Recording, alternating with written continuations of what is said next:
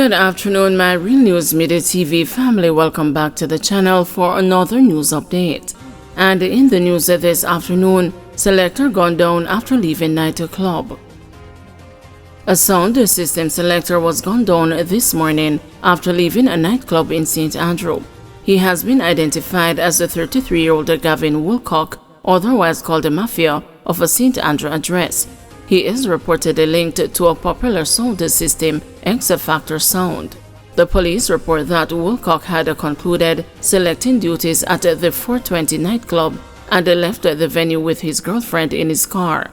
It is reported that while at a spot on Constant Spring Road in the vicinity of the entrance to the Manor Center Plaza, he was pounced upon by unknown assailants who opened gunfire, hitting him in the neck and upper body. He was assisted to hospital by the police, where he was pronounced dead.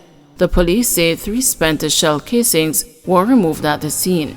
No motive has been established for the murder. Man who allegedly attacked the police with a machete shot. A 22-year-old St. Ann farmer who allegedly attacked a policeman with a machete was this morning shot. It is reported that about 7:30, a police team went to Nib Street in Watttown, Gibraltar, in response to reports about a man who had allegedly issued a threat. The team warned the man not to carry out the alleged threat. It is reported that the man allegedly became aggressive and confronted the police with a machete and was shot. The Brownstown Criminal Investigation Branch is investigating the incident. The matter is also being probed by the Independent Commission of Investigations. Driver who mowed down firefighter in St. Ann fined $600,000. Hortliff Thomas, the driver who pleaded guilty to mowing down a fireman, Lorenzo Dose, in Otria, St. Ann, has been fined $600,000 or 12 months imprisonment. Sentencing was handed down in the St. Ann Circuit Court on July 9. Thomas was charged with vehicular manslaughter following the incident in 2022. He, however, pleaded guilty to causing death by dangerous driving.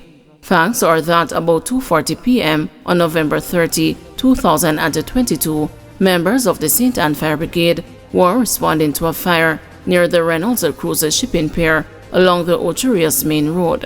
Thomas overtook a line of traffic and lost the control of the vehicle, which slammed into the fire truck, pinning Dose to the truck's body.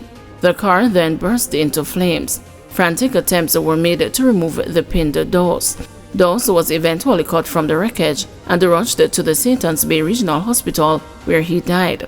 Thomas was hospitalized from injuries received in the collision. He was subsequently arrested and later charged.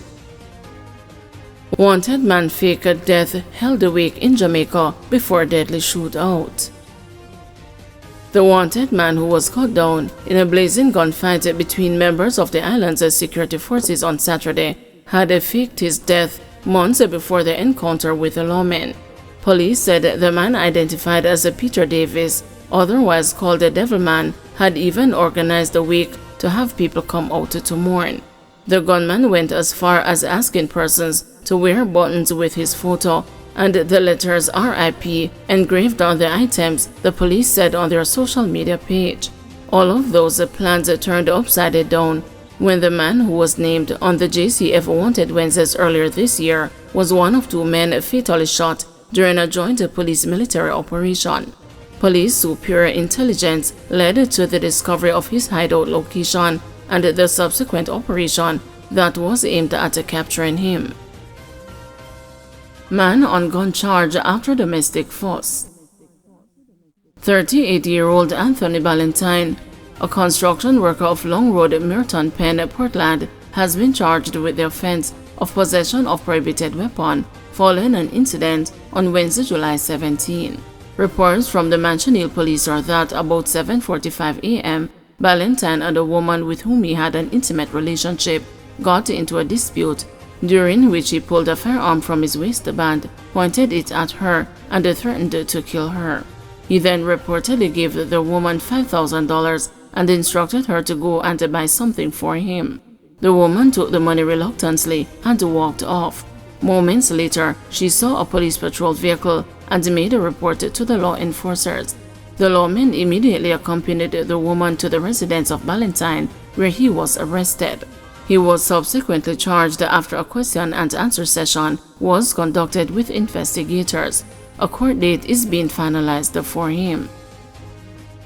Vaz urges residents to stop protesting for electricity restoration.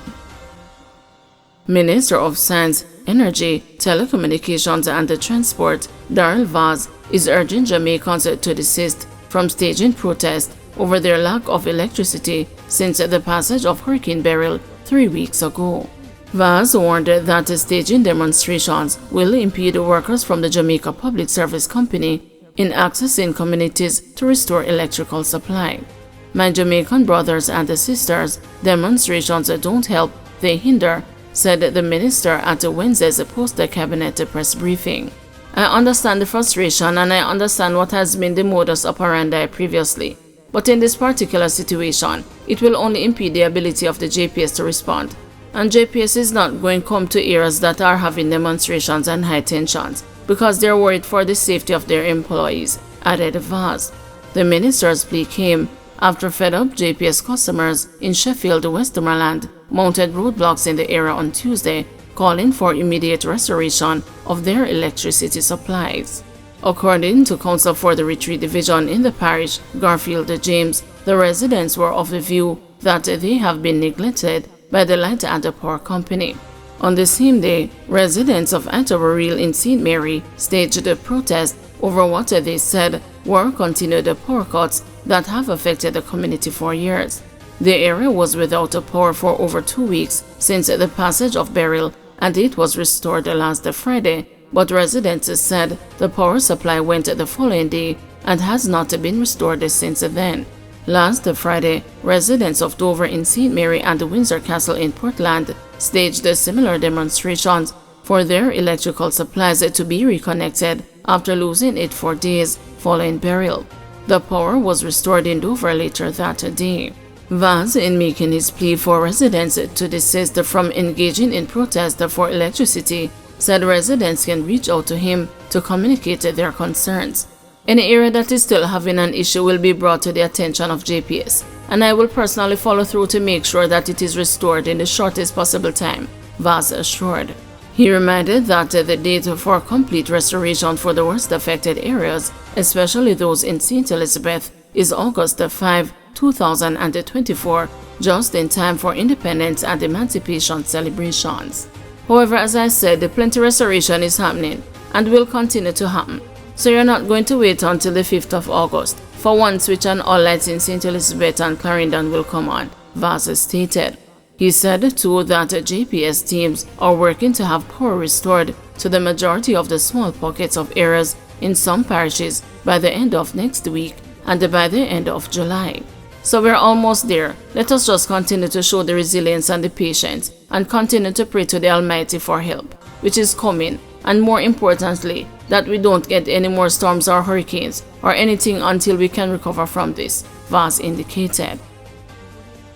Guys, thank you for watching. See you this evening at 6 p.m. for another news update.